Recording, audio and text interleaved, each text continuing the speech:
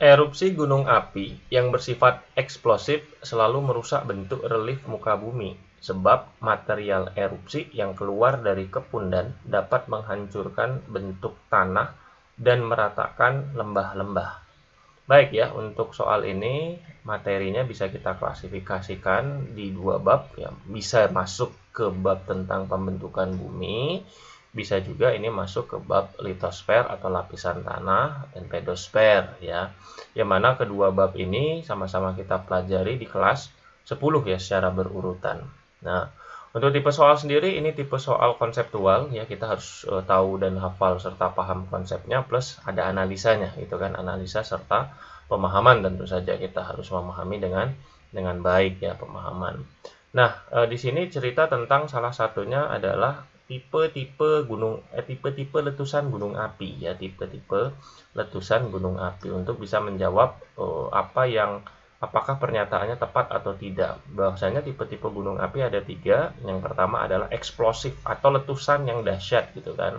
Nah, jika kemudian kita lihat ada sebuah gunung lalu kemudian dia meletus secara eksplosif, meledak ya, magma kalau diterjemahkan, magma keluar seketika ya, magma keluar seketika sehingga mengakibatkan semacam ledakan besar gitu kan. Ketika dia keluar maka nanti gunungnya akan menimbulkan sebuah kaldera atau menimbulkan sebuah cekungan besar gitu kan. Ini terjadi misalnya seperti di gunung-gunung api besar ya, seperti misalnya Gunung Krakatau, lalu kemudian Gunung Tambora dan gunung-gunung yang kemudian pernah meletus hebat, itu kemudian disebut sebagai tipe eksplosif ya. Nah, apakah dia merusak? Selalu merusak bentuk relief muka bumi. Bentuk relief muka bumi itu bentuk yang ada di sekitarnya atau tidak di sekitarnya. Selalu merusak. Apakah selalu merusak? Jawabannya ini iya, betul gitu kan. Kenapa? Karena gunung api ini ya jelas merusak magma seketika, ini kan letusannya gitu kan. Letusannya itu merusak, paling tidak yang rusak apa? Bentuk gunungnya gitu kan, bentuk gunungnya yang tadinya dia kerucut sempurna lalu kemudian pasca letusan eksplosif akan menimbulkan semacam cekungan gitu kan, semacam lubang gitu di gunung tersebut ya. Jadi sekali lagi ini benar ya. Tipe letusan kedua ini adalah efusif ya. Efusif ini artinya magma keluar perlahan ya, magma keluar perlahan sehingga kita mengetahui nanti ada istilah akan keluar lava, kurang lebih seperti itu. Jika gunung kemudian keluar lava, maka kemudian suatu saat gunung itu akan lavanya akan mengering lalu kemudian gunung itu akan menjadi landai gitu karena akan semakin terisi oleh lava yang tadi keluar gitu kan. Atau yang ketiga tipe letusannya gabungan dari eksplosif dan efusif ya, gabungan dari keduanya, eksplosif lalu kemudian efusif juga gitu kan. Nah, kebanyakan gunung api di Indonesia itu adalah tipenya meletusnya adalah tipe eksplosif gitu kan, maka selalu merusak iya. Bagaimana dengan apa alasannya? Material erupsi yang keluar dari kepundan ya, dari puncak gunung ini dapat menghancurkan bentuk tanah dan meratakan lembah-lembah. Ini betul ya, betul, karena merusak di sini kan menghancurkan, serta jika ada lembah kan menjadi rata karena terisi dengan material-material bekas letusan tadi ya. Maka kemudian alasan juga betul dan terlihat sudah sangat berhubungan ya, merusak lalu kemudian menghancurkan sudah terlihat berhubungan, maka untuk soal ini bisa kita jawab A.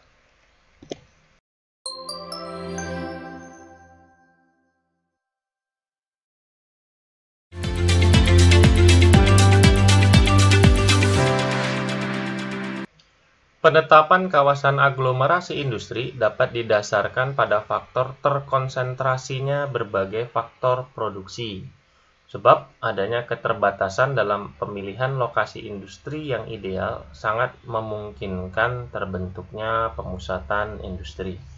Baik ya, secara materi mungkin ini bisa kita masukkan ke banyak bab, tapi terutama sekali bisa masuk ke bab energi, pangan, dan juga industri. Ini adalah bab yang kita pelajari di geografi di kelas 11, terutama kita bicara soal industri ya.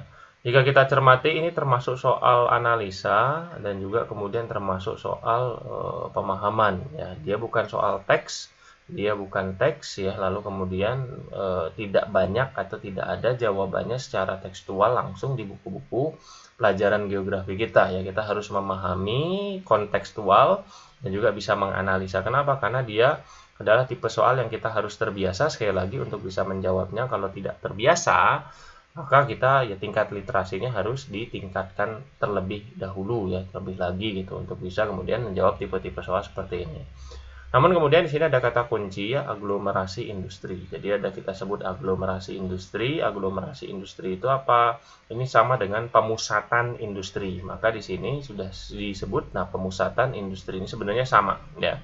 Jadi aglomerasi dengan pemusatan sama, bahwasanya di suatu industri itu dia terpusat ya, dia terpusat ada di satu tempat ya. Misalnya contoh yang paling mudah, ketika kita bicara industri sepatu misalnya, kita bicara industri sepatu dan tas di Bandung ya, tas di Bandung, maka kita akan bicara satu tempat yang sudah sangat identik. Apa? Kita bicara Cibaduyut ya.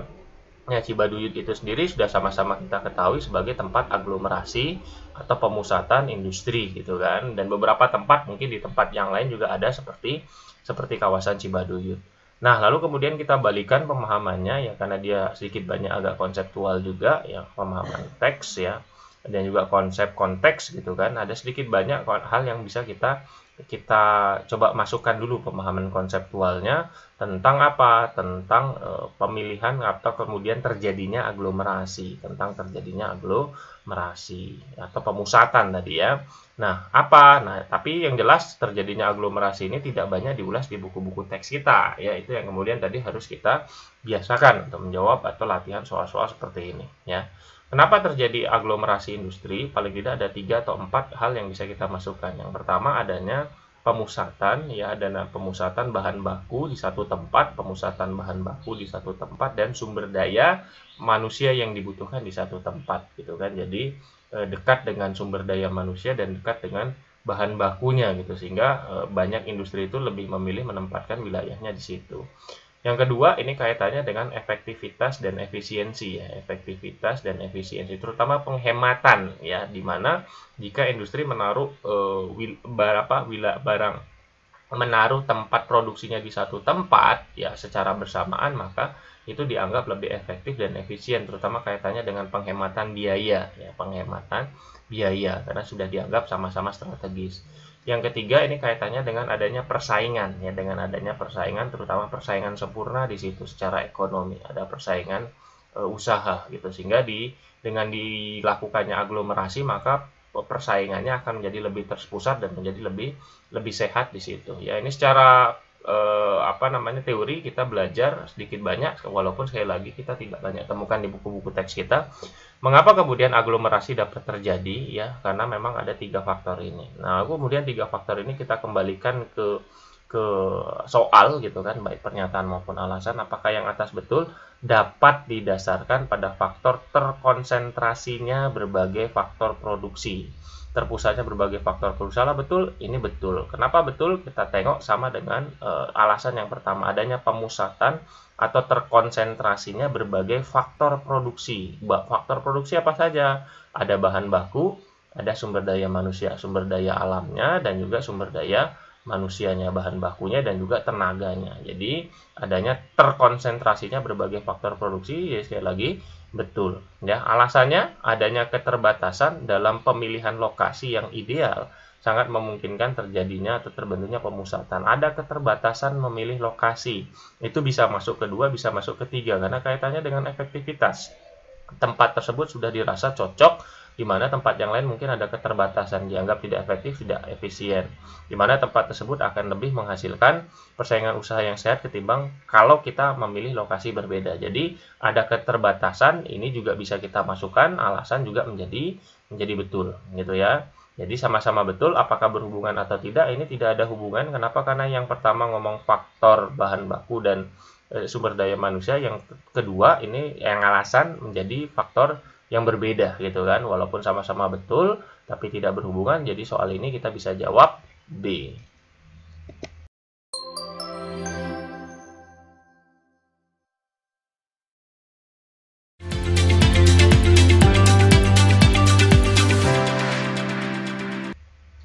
Distribusi permukiman yang memperlihatkan pola terpencar biasanya terdapat di. Baik ya, untuk materi ini kita bisa masukkan ke bahasan tentang interaksi wilayah. Kita bisa masukkan ke interaksi wilayah. kita juga bisa masukkan ini ke bab di materi interaksi desa dan kota. Interaksi desa dan kota. Ini dua bab atau dua bahasan yang berurutan yang kita bisa pelajari sama-sama di kelas 12 ya.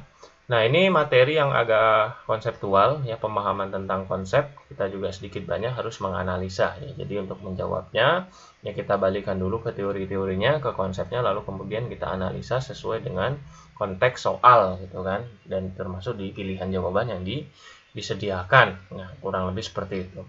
Apa materinya, apa bahasanya di sini adalah distribusi pemukiman pola. Jadi kita cerita tentang pola pemukiman. Terutama ini sebenarnya untuk materi masuknya ke pola pemukiman desa gitu kan, masuknya ke desa. Kenapa? Karena di sini ada kata terpencar gitu kan, ada kata terpencar di mana pola pemukiman ini kemudian ada 3 dengan berbagai faktor. Yang pertama kalau kita bilang ini adalah pola terpusat. Jadi bahwasanya ada pemukiman-pemukiman yang terpusat di satu titik ya, di satu titik di mana masyarakat atau manusia hidup di pusat tersebut ya. Nah, terpusat ini faktor penyebabnya mengapa kemudian muncul pola pemukiman terpusat ini biasanya ada di dataran rendah, yang kemudian dataran rendah tersebut subur dan kemudian memiliki sumber air gitu kan. Maka kemudian orang akan ngumpul semua di situ menjadi sebuah pemukiman, kurang lebih seperti itu. Nah, yang sedang kita bahas ini adalah pola pemukiman terpencar ya. Pola pemukiman terpencar ini ada kaitannya dengan relief ya, ada kaitannya dengan relief bentuk muka bumi, terutama ini terjadi di dataran tinggi dan juga pegunungan ya, terjadi di dataran tinggi dan juga pegunungan. Sehingga menyebabkan masyarakat tinggal di tempat-tempat yang berbeda. Yang ini juga nanti ada kaitannya dengan apakah tanah tersebut subur atau tidak, ada air atau tidak. Tapi ini sekali lagi lebih dekat kaitannya dengan bentuk muka bumi, topografi atau reliefnya ya. Nah, yang ketiga adalah pola atau pemukiman memanjang ya, di mana ini kaitannya dengan aksesibilitas ya, akses terhadap transportasi. Apakah sebuah transportasi bisa diakses atau tidak ya. Ini apakah nanti masyarakat akan tinggal memanjang pantai, memanjang sungai, memanjang jalan, atau apapun yang ada kaitannya dengan aksesibilitas ya. Nah, ini pola pemukiman, maka kemudian terpencar adanya di mana? Yang jelas tidak di dataran rendah gitu, mau di pulau manapun yang jelas tidak di dataran rendah, karena dataran rendah itu terpusat gitu kan. Nah, tidak di endapan aluvial, karena endapan aluvial ini adalah tanah yang subur ya, tanah yang subur dan biasanya ada di sekitaran sungai ya. Jadi ini juga tidak ya, ini juga tidak. Nah, maka kemudian ada di 2 sama 4. Nah, 4 jelas masuk. Kenapa 4 masuk? Karena ada pegunungan tinggi, ada tinggi di sini jelas masuk. Nah, tinggal kita melihat daratan di Nusa Tenggara Timur. Nah, apakah dua daratan di Nusa Tenggara Timur ini terkategori dataran rendah, tinggi, atau seperti apa? Maka ini tidak masuk. Nah, dari sini kita harus bisa menganalisa berdasarkan pengetahuan kita terhadap Nusa Tenggara Timur ya, bahwasanya daratan di Nusa Tenggara Timur ini juga berbukit dan berbatu-batu gitu kan, dan cenderung terpencar gitu kan. Kalau di Nusa Tenggara Timur cenderung terpencar karena tanahnya tidak subur gitu kan. Kalaupun dia di dataran rendah, tapi tanahnya Nusa Tenggara Timur ini kering dan tidak subur, sehingga tidak akan ada pemukiman yang kemudian terlalu terpusat di situ ya. Tapi secara umum ya, daratan di Nusa Tenggara Timur ini berupa perbukitan, sehingga biasanya nanti akan terpencar tapi kemudian tidak subur, jadi dia tidak banyak gitu ya, tidak banyak ada orang di situ. Maka kemudian yang lebih dekat ini biasanya ada di Pulau Jawa gitu kan. Karena Nusa Tenggara Timur ini sekali lagi adalah dataran rendah yang tidak subur, kalaupun ada dataran tinggi gitu dia juga tidak subur, sehingga terpencarnya itu tidak akan sebanyak apa yang ada di Pulau Jawa ya. Nah, maka kemudian di sini juga disebut daratan saja gitu kan, jadi agak bermasalah. Maka kemudian kita untuk soal ini bisa menjawab 4 saja atau D.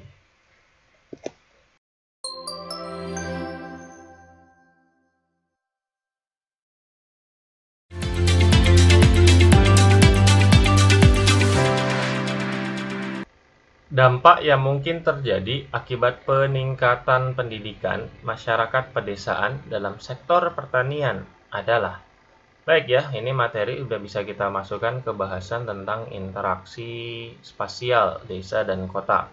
Bab yang kita bisa pelajari di geografi kelas 12 ya. Jika dicermati, ini soal logika, murni logika gitu, karena secara konseptual sebenarnya bisa masuk namun tidak sulit kita pahami, dan redaksinya juga bisa jadi berbeda-beda ya. Subbahasanya apa? Subbahasanya kita cerita tentang dampak ya, dampak interaksi kemudian di desa, dari mana sama-sama paham ya bahwasanya dampak itu selalu ada dua, ada dampak positif artinya bagus, juga ada dampak negatif ya. Nah, ini tinggal dilihat saja gitu kan, kita coba pahami saja logikanya di soal ada kemudian peningkatan pendidikan. Jadi jika masyarakat suatu desa pendidikannya meningkat ya, maka kemudian dampak yang paling muncul kira-kira positif atau negatif. Maka logika yang paling mendekati ini akan muncul dampak positif gitu kan. Maka kita pilih dulu di antara semua pilihan ini yang terlihat positif yang mana ya. Coba kita tengok satu ya, penurunan produksi padi, apakah ini termasuk positif atau negatif? Ini jelas negatif gitu kan, karena malah menurun.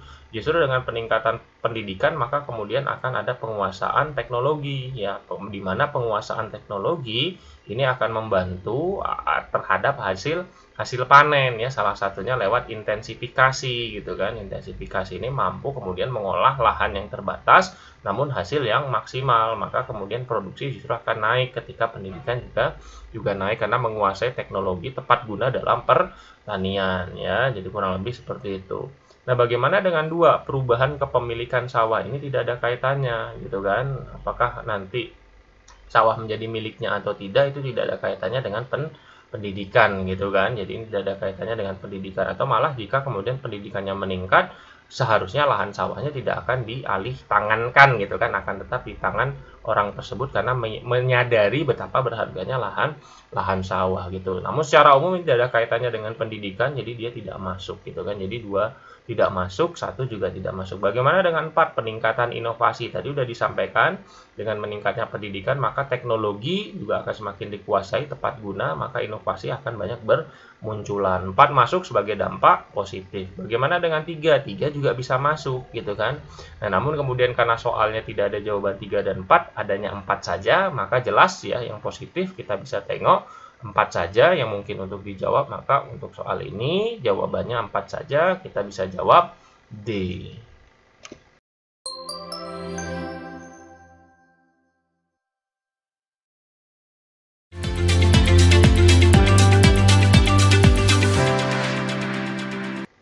Dampak dari fenomena La Nina yang kuat terhadap bidang pertanian di Jawa adalah, baik ya, karena ini kita cerita tentang cuaca, maka kemudian kita bicara babnya, ini bisa kita masukkan ke bab atmosfer ya, atau kemudian lapisan udara yang kita bisa pelajari ini di kelas 10 ya, terutama dikaitkan dengan iklim dan juga kemudian cuaca.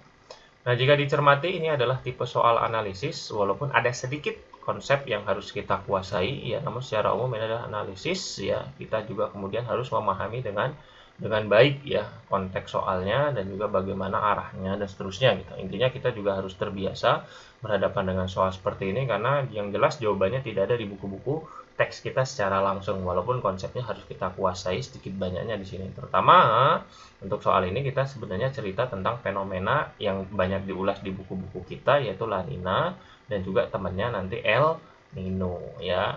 Nah, mudahnya La Nina ini adalah sebuah fenomena yang menandai terjadinya hujan ya, hujan berlebih ya, hujan berlebih fenomenanya. Lalu kemudian El Nino ini adalah fenomena panas ya, atau kemarau berlebih gitu kan ya. Nah, kurang lebih seperti itu, tidak seperti biasanya ya. La Nina ini tinggi intensitasnya, ini juga El Nino tinggi, namun yang membedakan yang satu panas, yang satu hujan.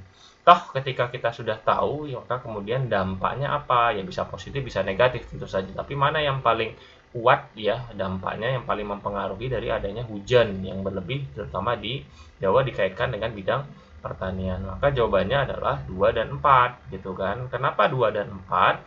Kenapa? Karena 2 jumlah produksinya kok menurun. Iya, karena adanya padi gogo. Nah, ini jadi pemahaman analisis kita gitu kan. Kita harus banyak informasi di sini. Padi gogo adalah padi yang tidak membutuhkan air banyak. Ketika dia diberikan air banyak, maka kemudian dia akan membusuk gitu kan. Nah, maka kemudian ya padi gogo ketika ada hujan berlebih tentu akan busuk dan juga akan hasilnya tidak akan panen, maka kemudian hasilnya pasti akan menurun. Maka jumlah menurun di sini iya. Lalu kemudian 4 termasuk juga jagung, di mana jagung ini tumbuh di daerah panas ya. di daerah panas, di daerah yang curah hujannya tidak banyak gitu kan, dia tidak membutuhkan air banyak gitu kan, sehingga ketika terjadi hujan yang berlebihan juga maka akan busuk ya, maka produksi jagung juga akan menurun. Maka kaitannya situ. Nah, 1 dan 3 tidak masuk karena bicara mutu ya, mutu. Nah, produksi tembakau ketika hujan berlebih meningkat betul gitu kan, namun mutunya apakah akan naik, tidak ada kaitannya mutu dengan cuaca, karena mutu ini nanti kaitannya dengan bagaimana teknologi pertaniannya terjadi ya, baik pra produksi ataupun pasca produksinya gitu kan. Jadi sekali lagi mutu tidak ada kaitannya dengan iklim atau cuaca, karena ini sangat terkait dengan teknologi pertaniannya ya, seperti pupuk, lalu kemudian pengolahan tanahnya dan segala macamnya, ini tidak ada kaitannya gitu. Jadi ketika bicara mutu tidak ada kaitannya, walaupun tembakau dan tebu ketika musim hujan berlebih dia jelas akan meningkat karena berbeda karakteristiknya dengan tanaman padi gogo dan jagung, namun tidak ada kaitannya dengan mutu. Maka sekali lagi ya, untuk soal ini kita bisa jawab 2 dan 4. 2 dan 4 itu di pilihan jawaban adalah C ya, demikian.